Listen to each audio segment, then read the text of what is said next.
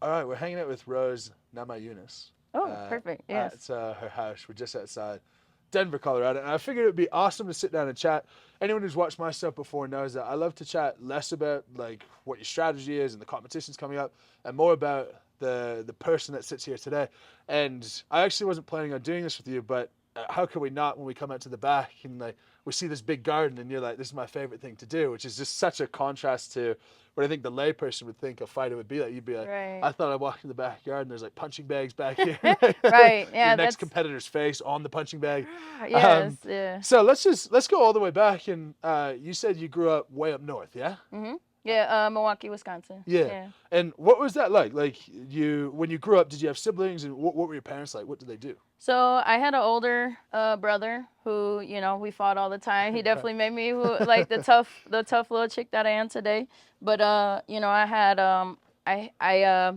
my father, he wasn't in our lives. He was, he had some mental illness going on, but he also passed away sort of when I was young.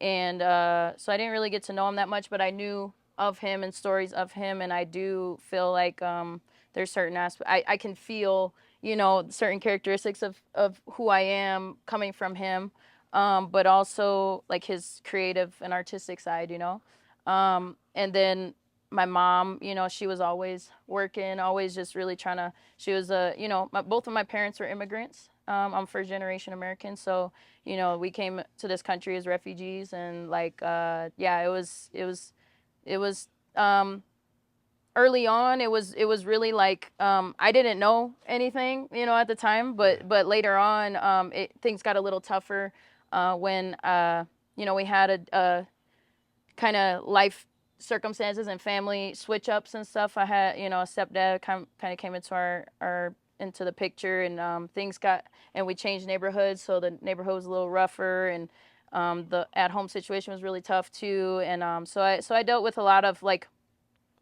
chaotic situations as a young kid, and then and abuse or just violence, witnessing violence, things like that. So I got into martial arts really early on, and that is really what saved me and what helped me deal with that. So your mom amongst all, and you said you never met your dad. Uh, so I guess he was around when I was like, I want to say, I would think I was like 2 years old, and that's when he was out of the picture. So I don't Yeah. remember him, but he was, I guess you could say I met him when I was two. Yeah, yeah, yeah, Yeah, but not yeah, really. Yeah, yeah, yeah, yeah. yeah, or Wow. maybe Okay. younger than that. Yeah. Sure.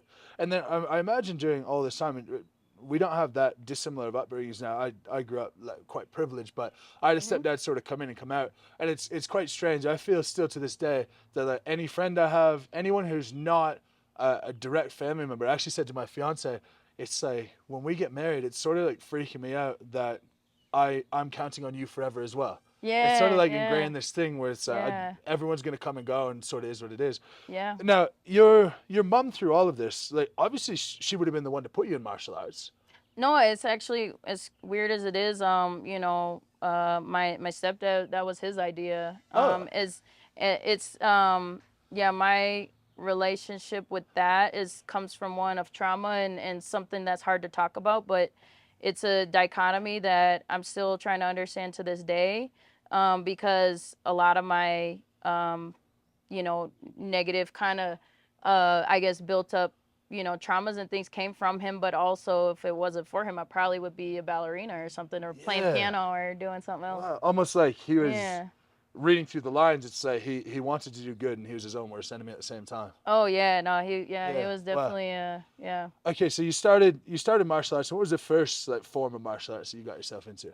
I started with taekwondo. Okay. Yeah. Okay, and we were talking up there. You said taekwondo. You did some karate. You did some stick Karate. fighting. Did some stick fighting Filipino. Yeah, that was really fun. Yeah. I to this day now I'm finally starting to kind of like rediscover some of my older traditional martial arts, and stick fighting is one of them that like I would love to, once I'm like done, with the MMA professional career, is something that I would really like to get into a little bit more, like the weapons and stuff, because I feel like that's a whole nother like Pandora's box, you know what Yeah. I mean? Yeah. Than just like MMA and stuff. So I really like that. And then I went to then I discovered like kickboxing and jujitsu, wrestling, and then like kind of MMA just sort of just happened. Tell me what stick fighting is like I'm 5. Oh, you say what? Tell me what stick fighting is, but explain Oh, it like I'm a 5-year-old. oh, I see. Okay, yeah, good. Yeah, good idea. So stick fighting, you basically, I actually have one of the Filipino sticks over there. I could show you it, but it's basically like a stick about this big. You can have one or two. Sometimes the Filipino arts they incorporate knives in there. The reason they like focus on sticks, and at least, and I don't know if I'm butchering like the history of the art, but to me it just makes sense because you can find a stick almost anywhere. You know what I mean? So it's like a really good self defense tool, and there's multiple ways to practice. You got your drills, like you got your shadow boxing, let's say, where they call carenza. So it's just like you're just free flowing, you're just kind of moving around and visualizing your opponent in front of you. And then you got your partner drills, so you got like little movements and kind of sort of, you could say katas, but sort of drills that you do with partners. Yeah. And then you take it to the next level and you can actually spar. And you can the way we would do it is we'd have like a headgear with a cage on it, so you're not like you're not getting seriously injured. Yeah. And it kind of like covers your neck a little bit, and then you have like a chest protector, and then you wear like hockey gloves. Okay. And maybe like some pads right here just in case you get, what I'm saying, you try not to like whack the legs too much, but Yeah. So that's like how I learned. And we just whack each other with sticks. Sometimes knives. So sometimes, and so if you were to train with knives, they have like little training knives that are like either rubber or like metal, but like blunt, so they're not like sharp. Sure. And so there's different like little techniques that you practice with that. And yeah, it's really cool. I feel like, especially the knife training, that heightens your sense of awareness and focus. And like really, I think it's just a really good mental drill. Sometimes when, as a mixed martial artist, we're beating our bodies up so much that sometimes it's good to just have like take it back to martial arts and like really refocus and get that sense of awareness. You know what I mean? Yeah, of course. Now we're talking. Well, this story up when you're stick fighting, you started discovering different forms of MMA. You're still pretty young, right? What you would have started when you were what age? Like when you first got into. I think like I started taekwondo when I was like 4 or 5. Yeah, right. Oh, that young. Yeah. Wow. And I think it's getting more popular now, and I think you can take a portion of credit for that. But back then, was it strange to be a girl in mixed martial arts? So yeah, mixed martial. As soon as I started, like more of the combat style, like it wasn't strange for girls to do taekwondo or karate at the time. But as soon as you start getting a little more contact, like jiu-jitsu, or wrestling was definitely the weirdest because like there was 0 girls at the time, especially when I started in high school. It was like, but it was a great experience. Like I did 1 season, but yeah, with the MMA part of it, especially like transitioning to like the pro team practice at the time, there was really not many female fighters. It was a little bit, but not not like it is today. I want to keep it back, like when you were a kid. Like I'm just thinking, it's such a strange thing to me. Like outside looking in, it's strange to go like mixed martial arts. Like most would say, gymnastics or I don't know. As a very young girl, like you're in Milwaukee, maybe get on the ice and play some hockey or ring out. Right. Was that popular where you were, or? Yeah, I think Milwaukee, especially nowadays, I think Milwaukee, like that's all we would do is like kids growing up. We would just like fight each other like for fun. Yeah. Yeah, right. Like, yeah. Even the girls. Sometimes. Yeah. I think I was usually surrounded by more guys than girls, but and the girls that I was surrounded by also were kind of tomboys as well. Yeah. You know what I mean? Like, there wasn't too many girly girls that I knew growing up. But yeah, we would just kind of like have fun and like, even sometimes, I think professional wrestling also kind of had like sort of an influence on us, or like Dragon Ball Z and like just different like TV shows like that. You know what I mean? Like we'd like try different moves on each other, and like sometimes it'd turn into serious fights. Just because we'd start playing a basketball pickup game or something, and then somebody didn't like something, somebody fouled somebody a little too hard, and then it turned into a fight. You know what I mean? Things like that, or just people just wanted to fight. Like and I think even growing up, like as I got a little bit older, it got even more I think people just got a little crazier and crazy. I don't know, there's something in the water over there or whatever, but it's crazy. I People don't like think to fight. Yeah. it's not dissimilar to Canada, parts of Canada where you're like, when it's that cold and it's that dark, Yeah, that's what it you is. want to fight. It is true, yeah. Now, I People say get this cabin fever, yeah. as a totally non-violent person and as someone who's never been in a fight, full stop. I think as a kid, it's important to beat someone up. I think it's important to get beat up. Yeah, yeah. Now, talk to me about how do you think that helps like you growing up? Like, Yeah. not necessarily as a fighter, but as a Yeah. person, because you present so non-confrontational. Yeah. Very sweet, very calm. Were you always that way?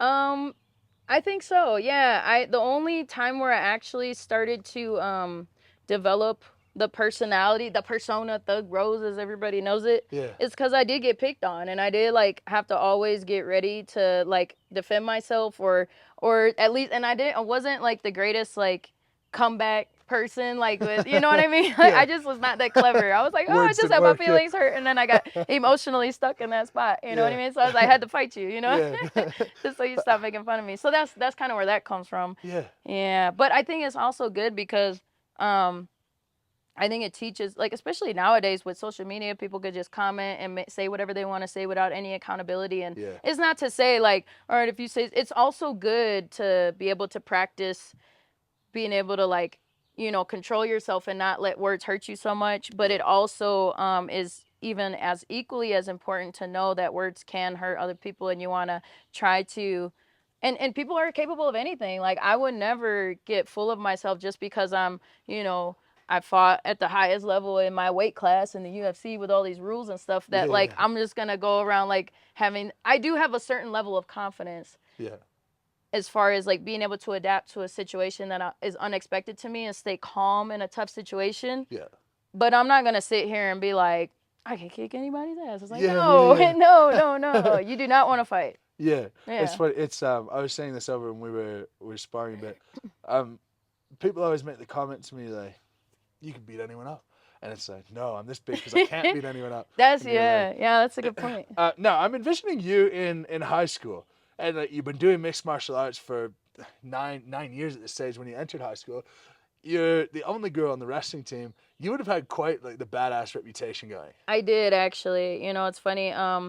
At first, like, I was also a very quiet person too, because and I developed a person because of I always was just I had been made fun of for so much, or just like had to, you know, fight things off so many times that just, you know, that it created a harder exterior to where like maybe sort of even just a quiet killer facade or whatever that like. So that was like my first, like, you know, you said like you're super big, that like it just stops fights from even happening. Yeah. Whereas like that was my thing. It's like, all right, I have to look mean, and like, so I have to put off that energy, right? So so that's where Thug Rose comes from. But also like, dang, I forgot what I was even saying. That's right. We're talking about reputation in high school. You would have looked like a badass. No, you're right. And then people would like, and then word would get out that or maybe it was my energy too, like of just like sort of that aggression, but word would get out that I was maybe practicing fighting or training or doing something, and or just I would start to develop a reputation of being a badass little fighter, you know. And so certain, and especially like dudes would always try to like test themselves against me. Yeah, and just like play around. Play. Yeah, sometimes, somewhat. You know, they try to make it seem like it's playing. And then, you know what I mean? And so it wouldn't be like, you know, but I think there was always a curiosity of like, could I really? Yeah, I'm imagining this happening, and he's like, I'm going to give 50% just to show you I got it. And like, he can't beat you, and it scales up. Yeah, wow. And maybe not so much like, you know, just more of like, trying to mess with each other. But like, I would end up, it would end up like kind of, I would say like 50% of the time be embarrassing for people. Yeah, of course. Yeah. Of course. Yeah. I want to I want to talk about how that actually turned into competition, because I think it's a totally different world. Yeah. But before we get into that, I lost my train of thought. Oh no. Cut. God, what was it? Yeah, what were you talking about? You were talking about like something about competition, or? No, because it was your reputation going into high school. Yeah. in high school. Oh, it was good too. Yeah. Shame.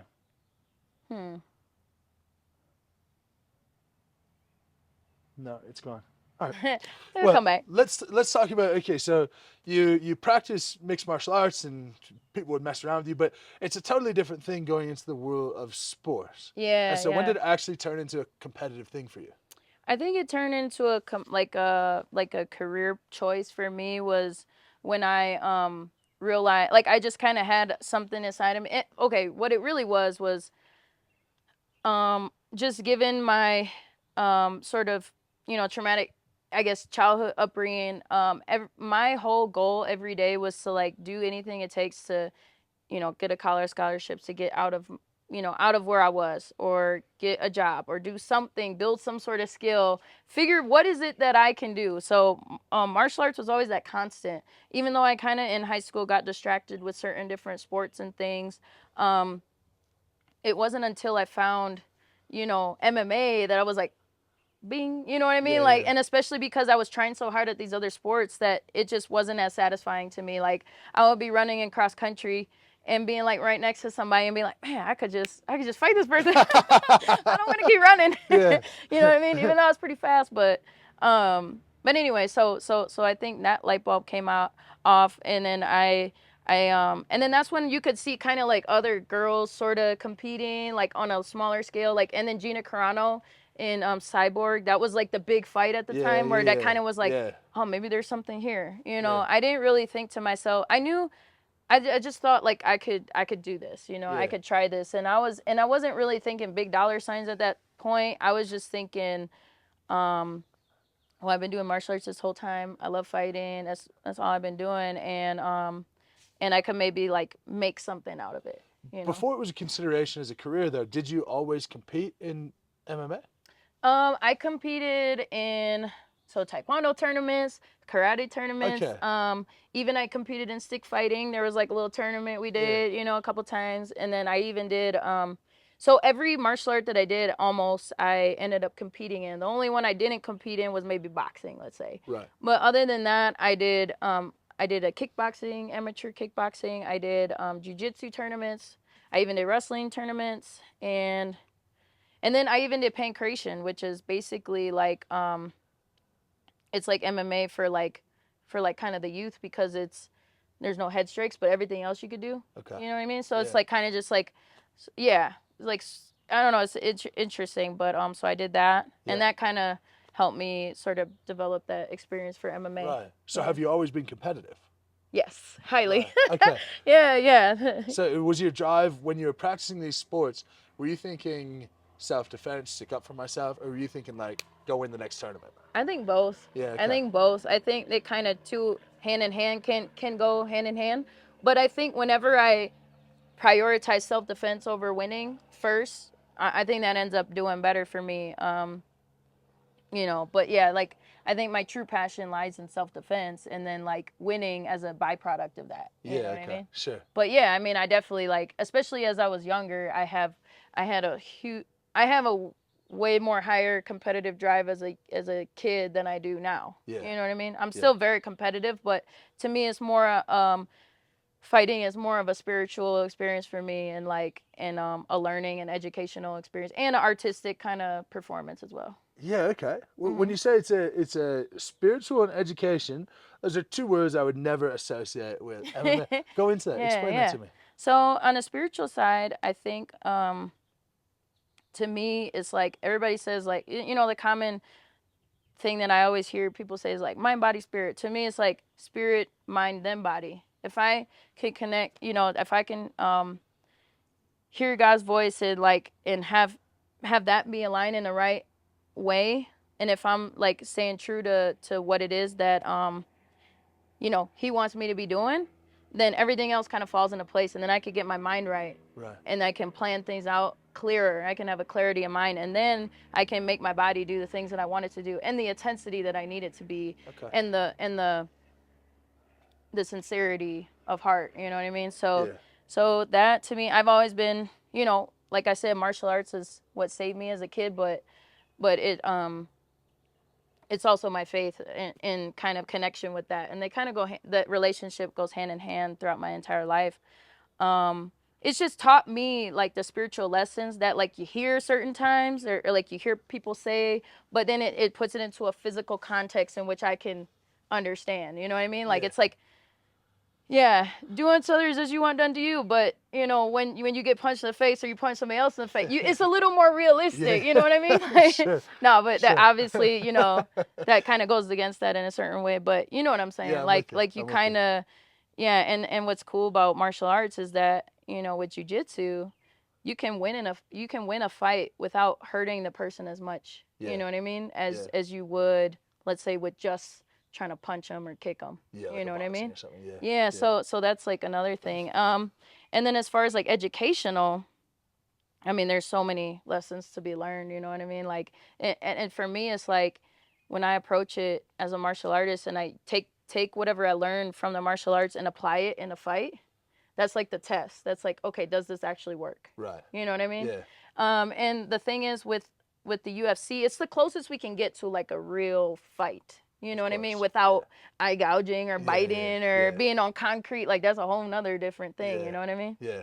Yeah. Yeah, it's funny. I think, again, outside looking in, I think if I was to say my kid's going to get into MMA and hear the two things that they are going to gain from it, I would think the knowledge that you can get your ass whooped Yeah. and the knowledge that you have the ability to whoop someone's ass. There you go. I think those are the two most powerful things. Yeah. And if you fundamentally understand those two, then you'll start to sort of line up with how people should behave. Yeah, 100%. And then, you know, take it even a step further. Once you learn those two things just and apply it in life, like that's ultimately like all anybody could ask for. But then when you start to really get good at it, let's say, and you're one of those few, like you said, the small percent that can actually dream of being like the best, right? Yeah. And like, say, strongman sports, like same thing with fighting. It's the same like small percent of people. Once you get towards that top area, then the other thing to learn is your words and the power of your words and the platform that you have to actually, you know, with your unique talents that you're given, to be able to use that to, you know what I mean, like kind of, I guess, get whatever message you want across. Yeah, Yeah. absolutely. So we're still at high school. Now I remember the question I forgot a Yeah. minute ago. You said Thug Rose. That's how Yeah. Thug Rose came about. Did they call you that in high school? Actually, before high school, I was. You're like Yeah, this yeah. little 10-year-old Thug Rose. Exactly. Get Yeah. out of town. That's Yeah. hilarious. Yeah. Because Okay. it was more of, you know, like a facetious you know, nickname, but it Yeah. was also some seriousness into it because I was so unassuming and tough. You know. It's like every joke has that bit of truth. Exactly. Yeah, Yeah. 50%. You know, I definitely, and you know, once. Thug Rose can easily turn into a crybaby. Like it's one or the other. You know what I mean? So it's kind of cool. And obviously, I feel like that vulnerability gives me some strength. But yeah. So that happened. I think the first time I was probably called Thug Rose was maybe like in middle school at some point. That's you know. hilarious. Yeah. I had these. Okay. It was a neighbor of ours. You know, there's a Jamaican family that lived right like next door to us who we were like real close with, and yeah, the mom of the house was like. Erica Gibbs. She was like, "That's the girls right there, yo," and she like made everybody call me that. Yeah. Yeah. Right. Okay. So I imagine, as someone personally who was a problem in high school, how many times were you suspended from high school, if you had to guess? Actually, I was a pretty good student You for the were? most part, and when I wasn't good, I was really good at like not getting caught. Right. You know what I mean? So Sure. I did get suspended one time. I can't really even remember what it was for, but it was in middle school actually. I'd say middle school was probably like the time where I was probably the worst. I think I skipped class or something like that. Yeah. Right. And I got caught one time out of like many times of skipping class, you know what I mean? So Sure. yeah, so that was okay. terrible, but But you like fighting wise, was it either you didn't, or was it just normal that everyone fought, or you just didn't fight at school? I think it was pretty normal that everybody like Wow. fought and we didn't really get caught, you know what I mean? Like Shout out Milwaukee. yeah, dude. No, and seriously, it's even worse now cuz like, you know, I remember going to school and like, you know, we have metal detectors, like I was blessed to have Milwaukee Public Schools. I think there's even a documentary about Milwaukee Public Schools out there. I think it's like Waiting for Superman or something like that. I can't remember if that's the name of it, but Milwaukee Public Schools is like, I was blessed to be at like one of the ones that was like the least chaotic out of all the public schools, but But like there was other schools that like, you know, they had to have like police at the school. Wow. You Yeah, know what I right. mean? Yeah, and just like really crazy stuff like but I think what really helped our school the most was we had a huge diverse population, like so many people from everywhere. Um, and the arts program, like arts program. So Okay. we were like the one school that had not just education, but like you could do dance, theater, art, music. I was doing music, so Right. you know what I mean. So that really helped like give kids an outlet. Like a lot of the troubled kids that Yeah. couldn't just sit there and just learn boring ass, you know what I mean, algebra or something like that. You know what I mean? Sure. Sure. Yeah. Yeah. Wow. Do you want to just flip your mic Oh, up? sorry. Yeah, Nah, yeah. I felt that. Yeah. Yeah. Hmm. Okay, cool. So we're out of high school. You said you thought maybe you could go to college with this stuff or something. Did you end up going to college?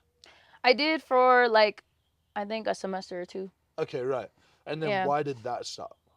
Because the whole time that I was in public school, I thought like aside from the arts program, I always was like at war with my teachers because I would like ask questions that I don't think they liked being asked because I felt like they were trying to like put their ideas into us, you know what I mean? And I just thought different. I was just, which is crazy because we were at an art school, like you should be able to be creative. But anyway, but I still knew the value of like still just doing what you're told and like, you know, go through the steps, but I still just like asked too many questions.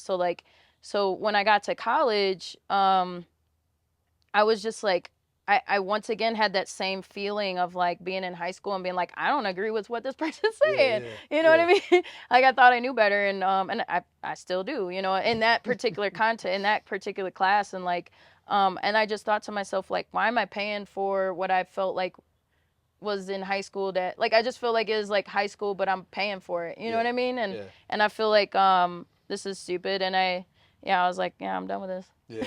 Yeah. We'd have been much the same there. Any of my classmates who watch this, feel free to comment how irritating I was in class. It's just question. That doesn't make sense. That doesn't make sense. Yeah, dude. You know, and there's certain things like I know that I don't know, but then there's like other things where I'm just like, what about this? You know what I mean? Like the worst thing for me was if I was told something that didn't make sense, just logically didn't make sense, then it couldn't be explained. Yeah. So like when I was doing my master's in Australia, there's one particular time where a lady was talking about knee dysfunction and what it's caused by and how it's cured.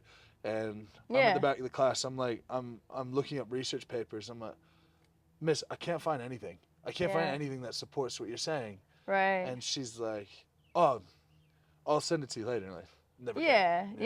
And you could just kind of sense like she's not being real. Yeah. You know, and I feel that way too. Like there's just certain like experience that goes above, you know, like what comes from a book, you know what I mean? So, and that's not to say like, cause I actually considered like going back to school, like for certain things at certain points in my career, like, and I might even still like that door could still be open, but yeah, it's unfortunately like, I think we just get too much into that monkey see, monkey do, like, you know what I mean? Like kind of, we don't even know why we're doing certain things at a certain point, you know? Yeah. So So then we're done college.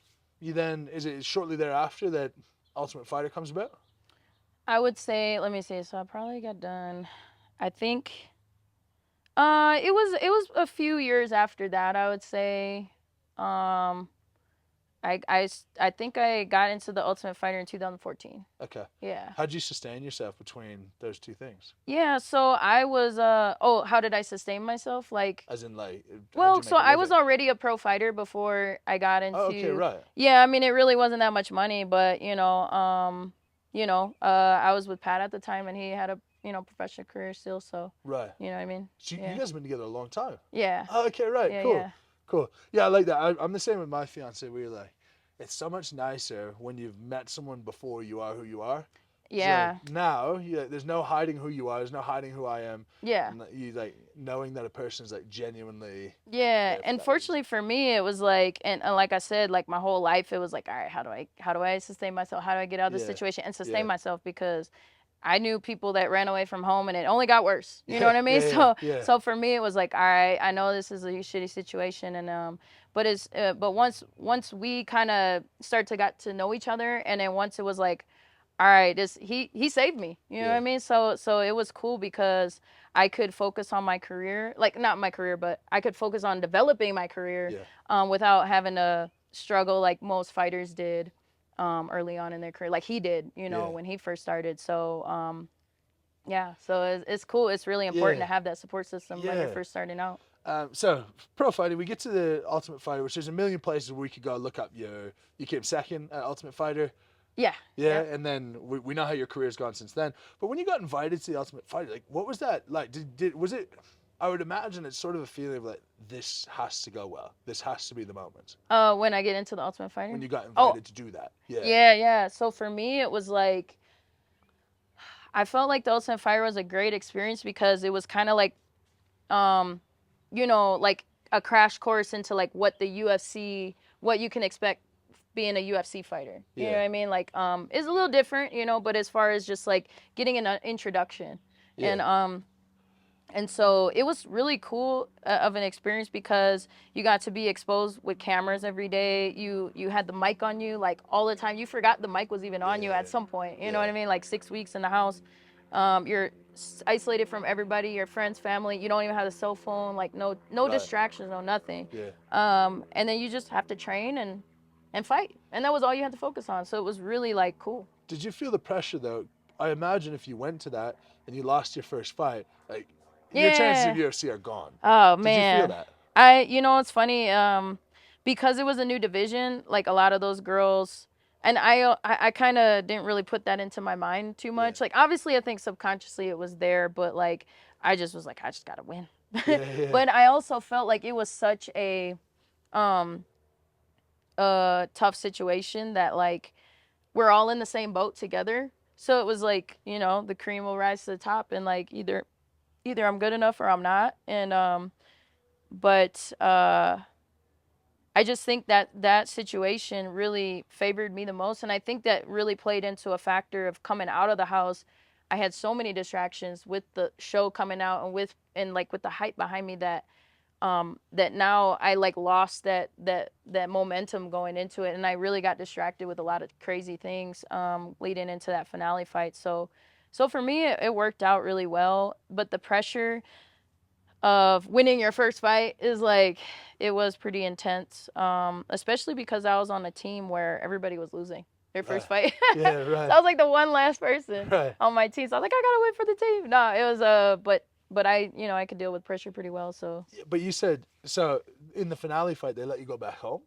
Yeah. And you said you got distracted by a lot of crazy things. Yeah. What did you get distracted by? Well, one, just the show, like releasing, because the show had already happened, but they're editing it, putting it together. So it's like just thinking of like, how is it going to turn out? What is it going to look like? And I've never been, that high of a profile of an athlete yet. So, or attention wise. So it was like a big deal. Then leading up to that fight, it was like, we were moving, we moved to a different like apartment complex, and then so that was like a whole thing.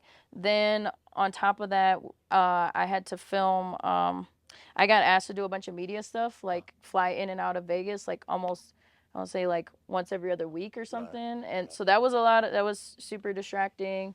Plus I was just like, everybody was praising me so much that I started to believe that hype, as opposed to just like having that confidence come from within. It was like what everybody else was telling me. Yeah, right. Now, we fast forward and all the way where you've won the world title, you've lost the world title, you've won the world title again. Yeah.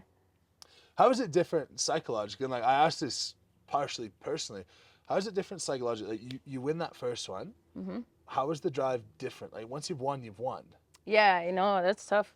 Yeah, it definitely has to be different. For me, the first time was sort of like me just fulfilling my destiny of being, a champion. Like, what does that feel like? Like, I gotta feel that. I had that drive inside of me of like, yeah, that's what I want to achieve. And there were times like leading up to that where it was a little harder than I thought it was gonna be, and had little setbacks. And so once I got there, it was like, bam, okay, I knew it the whole time. Yeah, I knew yeah, it somewhere inside. I'm like, I yeah. believed it. I was right, you know.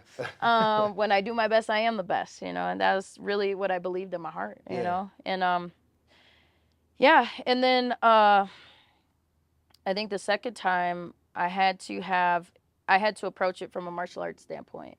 It wasn't just about being the best. I mean, that was a part of it, but it was because of how I lost it the first time. I got dropped on my head and knocked out. And I thought to myself, dang, I didn't realize, like, I forgot what it means to be a martial artist first, as opposed to just a fight. I was just fighting. Like, I wasn't really thinking about, like, self-defense.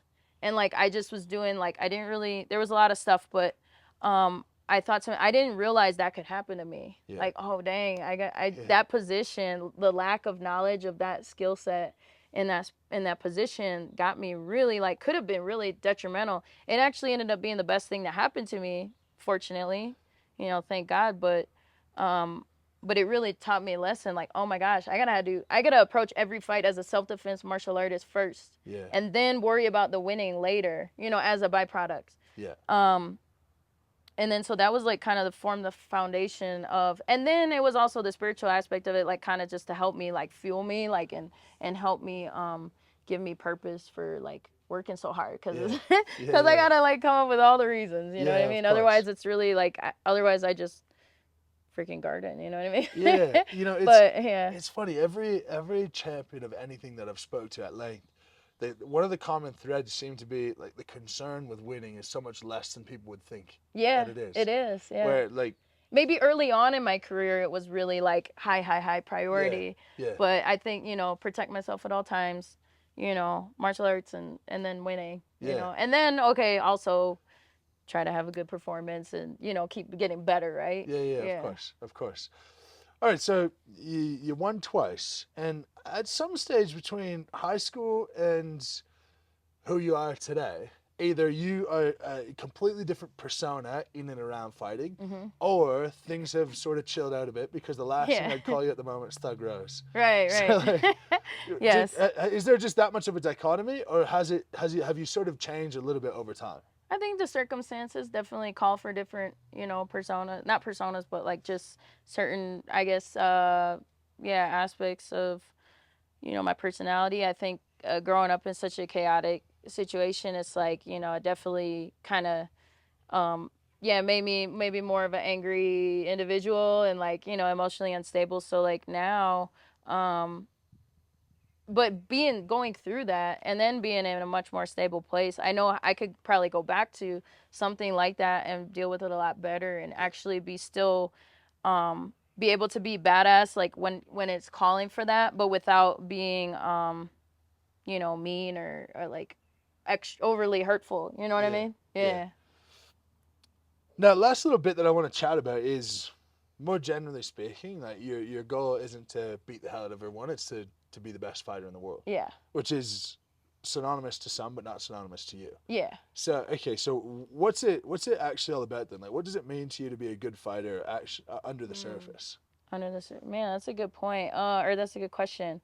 I think for me, like, it goes back to martial arts, like being like, for me, my favorite fighters are the ones that started in some sort of like a good understanding of like traditional martial arts and doing that. But I guess overall though, like, just from my unbiased point of view, it would be like, what makes a great fighter is your ability to like adapt to uncomfortable situations and be able to improvise on the spot, but also to be able to be like um discipline and consistent, also like have that good balance of like creativity and discipline, you know Yeah. what I mean? If listening to all this and go full psychology on you, it almost sounds like becoming the best fighter in the world is almost like preparing you to handle what you had to handle in your childhood. Yep. And Yeah. it's almost like all of those characteristics, the exact same stuff that would have had you thrive. Yeah, And like, yeah. it's almost like your body armor to like to life. To life, dude. Yeah, Yeah, shit can go yeah. south, and like you being who you are, you can handle it. Yeah, yeah, it's taught me so much, and just like about relationships and like and just we always talk about like one day, like most fighters will end up like owning a gym one day. So like, you know, that's probably down the line some point. And like if we own a gym, you know, we definitely got to be ready to be like therapists. You know what I mean? Yeah, Like, yeah. because a lot of people, it's not just like, as much as winning a fight is like really important to me, you know, in a certain scale. What's like really, I think along the horizon is like helping, you know, just regular people give them the tools to like defend themselves, but not even to defend themselves, but to also overcome their psychological challenges, whatever it is, you know, Yeah. with work or with relationships or just with life, like you said. Yeah.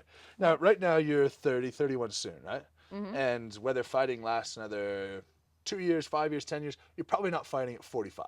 Like, Yeah. No, hopefully, let's be real. hopefully. Yeah. Yes, exactly. And that means that you probably have 30 years, 40 years, 50 years to make a difference in the world. And you're quite spiritual. I assume you've thought about it a little bit. What difference do you want to make to people using the fighting platform? Yeah. It's crazy because I think it's great that you asked me that, because I've been thinking about it a lot lately, and that's always been something that kind of like was a tough question. But definitely like the earlier on my career and like up to this point, I've always like really promoted gardening, promoted just like more of a sustainable lifestyle, that but also martial arts intertwined with that. I think like there's a way to combine those two things. And to really like influence other people to not just be, because in the martial arts world, I think there's a lot of people that are really heavy into like knowing the benefits of like the physical aspects of martial arts, but not necessarily they could maybe learn a little bit more about like being better to the planet and like, but to yourself also, and like just certain things like that, and gardening and the benefits of that, and then vice versa, like people in the gardening world could learn a little bit more self-defense, I think. Yeah. So that's something that I've always tried to like promote, and I'm gonna still do that. But now I think in that and as the more and more that I grow in my spirituality and my relationship with Jesus, I just feel like that's something that I really want to like, you know, think about and really pray on and stuff. But I think that like it's really transformed my life, and it's really gotten me through a lot. So I think that's something that is what I want to like kind of really get out there more and more. Yeah. And when did you start becoming spiritual? Ever since I could remember, I was I early on, before I got into like public school, I there was a brief moment where I went to a Lutheran school, like early on, like I'll say, you know, yeah, just being a little kid. And when I learned how to pray, and I learned like just little stories of Jesus, and just like I could really relate to him, you know what I mean? So I always, not relate as far as like just being like perfection, but just the suffering that he had to go through, and I always took that in with me into the fights, or just with like life in general. It's like, all right, carry my cross, you know, like you know, doing what's easiest isn't really gonna like, you know, always pay off in the long run, you know. So I don't know, there's just so many learning lessons, and so many things that when I apply those lessons to like fighting and life in general, it ends up giving me the most joy, more than any championship belt or anything. Like I think long term, when I apply the lessons that, you know, I learned from that, I feel like everything just makes sense. Yeah, amazing. I think that's a great place to leave it. Yeah, I got a million questions I'm going to ask you off camera, but thank you very much. I appreciate you. Yeah, And, thank you. Yeah, like I said, guys, if you haven't checked out Rose already, go check her out. And yeah, we'll leave some links in the bio. Thank you very much. Lift heavy, be kind. We'll catch you next time. Thank you.